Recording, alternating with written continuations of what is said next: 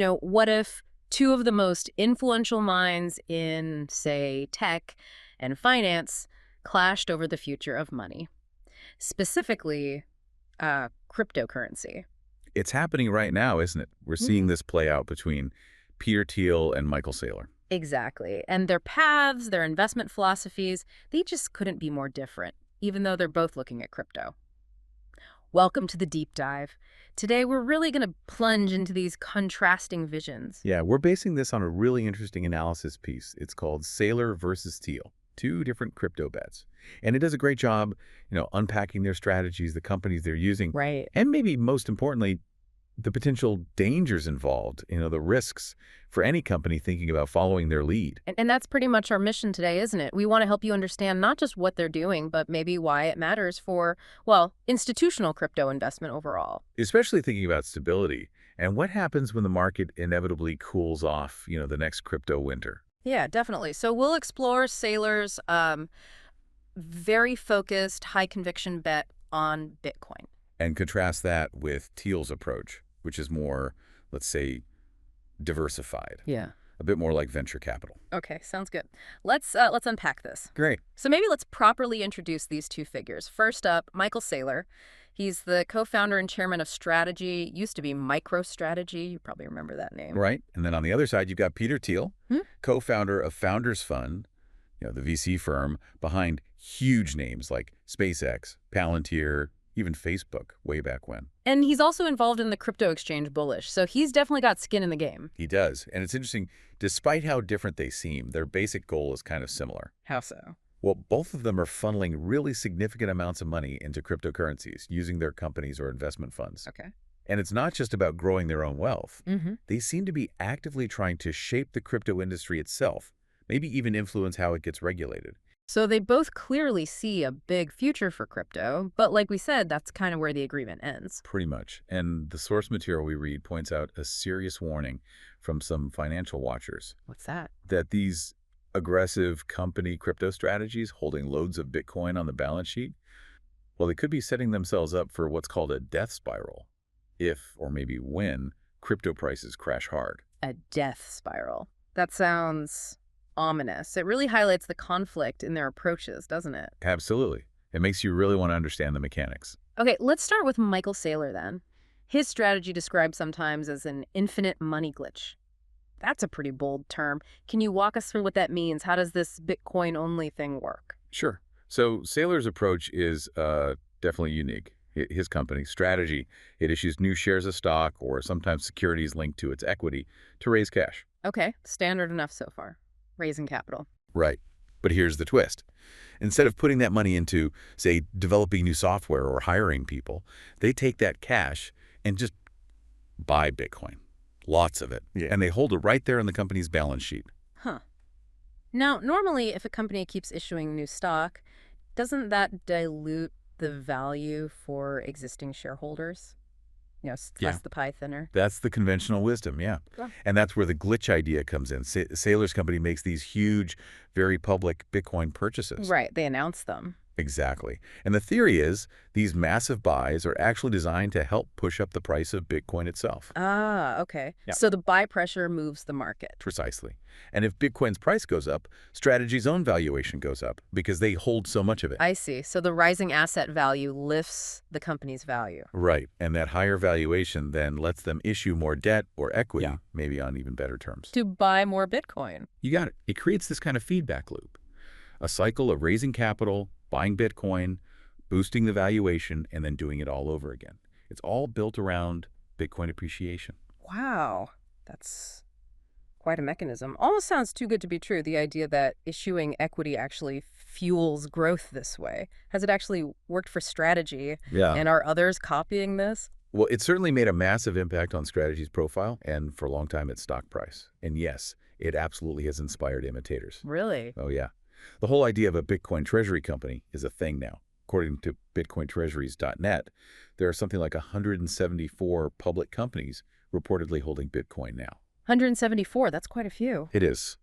But with Saylor, it goes deeper than just the financial mechanics. His belief in Bitcoin, it seems almost philosophical, maybe even metaphysical. Yeah, I remember reading about that. He gave Bitcoin that really striking description back in 2020. What was it? Something like A swarm of cyber hornets serving the goddess of wisdom, feeding on the fire of truth. exponentially growing ever smarter, faster, and stronger behind a wall of encrypted energy. Yeah, that was it. I mean, that's not your typical CEO speak. It's almost poetry. It's incredibly vivid, isn't it? And that kind of intense conviction, especially when you back it up with billions in buys, can be really powerful. It builds a narrative, attracts a certain kind of investor. It definitely moves it beyond just numbers on a spreadsheet. It sounds like a mission. Exactly. And his vision doesn't stop there. It actually extends into geopolitics, too. Geopolitics. How does Bitcoin fit into that for him? Well, in a speech back in March, he apparently called Bitcoin a Newtonian network. He argued that controlling it was basically essential for the U.S. to keep its global power status. Wow. Controlled Bitcoin to control the world, essentially. Sort of. He even suggested that if the U.S. government aggressively bought up Bitcoin, it could potentially wipe out the national debt. Wipe out the national debt. That's ambitious. Very. And he's apparently called creating a national Bitcoin reserve manifest destiny for the United States. So for him, it's way beyond just a digital currency. It's a strategic national asset. Okay, so Saylor's view is incredibly focused, almost messianic about Bitcoin and tied into this grand geopolitical vision. How does that compare with Peter Thiel? His approach seems, well, quite different, more measured, perhaps. That's a good way to put it. It's a real contrast. If Saylor is the ultimate Bitcoin maximalist, Thiel seems much more about diversification within the crypto world. Right. His strategy might be, as the source put it, less groundbreaking than Saylor's glitch, but it's definitely broader. Right. Remember, back in February 2025, his VC firm, Founders Fund, made news. Vaguely. Refresh my memory. They invested $100 million in Bitcoin and another $100 million in Ether, ETH. Ah, okay. So not just Bitcoin. Spreading the bet. Exactly. A very clear signal that they weren't putting all their digital eggs in one basket. Is it just about buying the assets directly, though? Or is Thiel involved in other ways, especially with Ether? That's another key difference. Their Ether holdings aren't just, buying ETH on an exchange. For instance, Founders Fund owns about 7.5% of a company called ETHZilla. ETHZilla, what's that? Get this, it started as a biotech firm. Then it basically pivoted, changed its whole strategy, and turned itself into an investment vehicle purely focused on Ether. A biotech firm became an Ether fund. That's quite a transformation. Isn't it? And they also own over 9% of another company, Bitmine Immersion Technologies.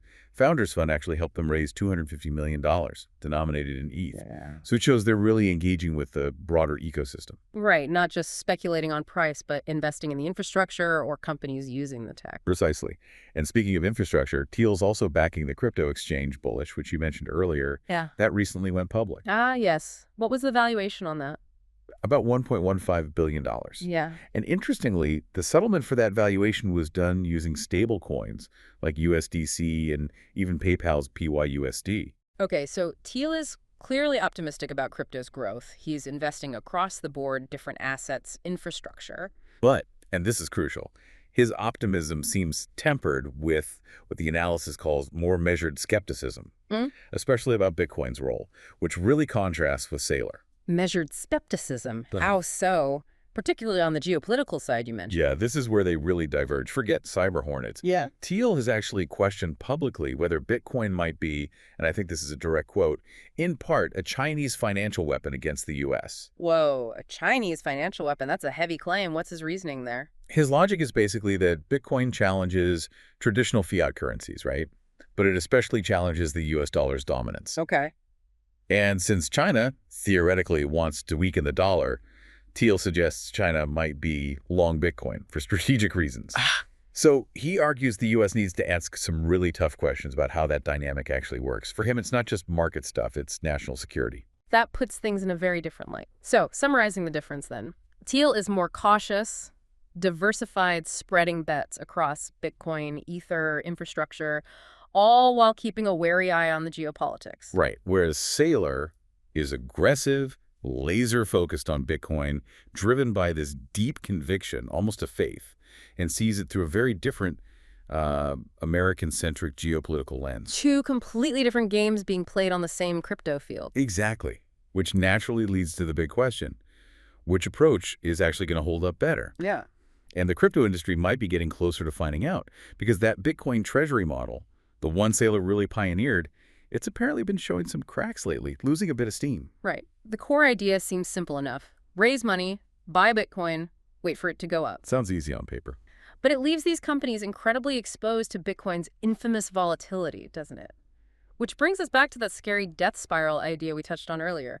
How exactly could that happen? Yeah, the mechanism is pretty straightforward and quite worrying. It hinges on something called net asset value, or NAV. That's basically the market value of all the Bitcoin a company holds, divided by the number of its shares outstanding. Okay, the Bitcoin per share value. Right. Now, if the price of Bitcoin drops too low, so low that it gets close to that NAV per share, well, that premium, that buffer the stock price had above the NAV, it can just vanish. Because the rationale for the premium was the expectation of future Bitcoin gains. Exactly. Or maybe just momentum. But if that buffer goes, the company's market capitalization shrinks. And when your market cap shrinks, your ability to raise new capital shrinks too. So it becomes harder to issue more stock or debt. Much harder. Lenders get nervous, equity buyers disappear, so the company can't keep buying Bitcoin, maybe can't even refinance its existing debts when they come due. And if they have loans backed by their Bitcoin holdings? Then you get margin calls. Or forced liquidations if loans mature and they can't pay. That's the spiral. Forced selling pushes Bitcoin's price down further, which worsens their NAV, which triggers more selling. It can become self-perpetuating. A very real risk. And Strategy, Saylor's company, is kind of the poster child here, right? How's it looking based on that NAV metric? Well, according to the source, its NAV is currently about 1.4 times its share price, which sounds okay, maybe, but that's down significantly. Back in February, it was apparently almost double its share price. So the premium has shrunk quite a bit. Is there a clear reason for that premium anyway? That's the tricky part. Brian Routledge, a finance professor from Carnegie Mellon, was quoted saying there's basically no rational explanation for that difference. No rational explanation. That doesn't sound good for investors. It means they're facing essentially two layers of risk. First, the obvious risk of Bitcoin's price going up or down. Standard crypto risk. Right. But second, there's the risk tied to whatever is causing that gap, that premium between the NAV and the share price. Professor Routledge calls that extra component an extra source of risk, something potentially irrational that could just evaporate. And yet, despite Strategy's stock price taking a hit recently along with Bitcoin, Saylor keeps buying. Unbelievably, yes. The report mentioned they bought another, 3,081 Bitcoin for over $350 million just in 1 week in late August. Wow, that's sticking to your guns. Or doubling down, depending on how you see it. It definitely shows unwavering commitment to the strategy, even when the market looks shaky. So where does that leave us? Market conditions might be okay for now. Maybe policy is favorable. For now, perhaps. But the source makes a really blunt point. Crypto winters always come.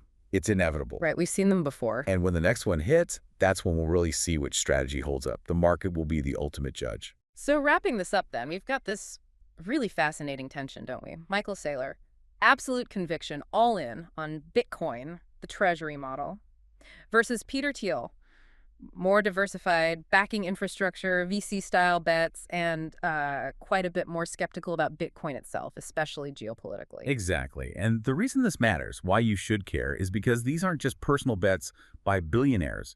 They represent two really different blueprints for how big money institutional capital might engage with crypto going forward. They're shaping the future of finance, potentially. Understanding these competing visions helps you see the forces at play. It really does. It gives you context for the market's volatility and its potential trajectory. So maybe the final thought to leave everyone with is this. When that next crypto winter does arrive, what will matter more? Will it be the sheer, unshakable conviction of someone like Saylor? Or will it be the perhaps more prudent, diversified approach of Thiel? Conviction versus diversification in the face of the storm. That's the billion-dollar question, isn't it? Which path leads through the winter? Something definitely worth pondering as this high-stakes game continues to unfold.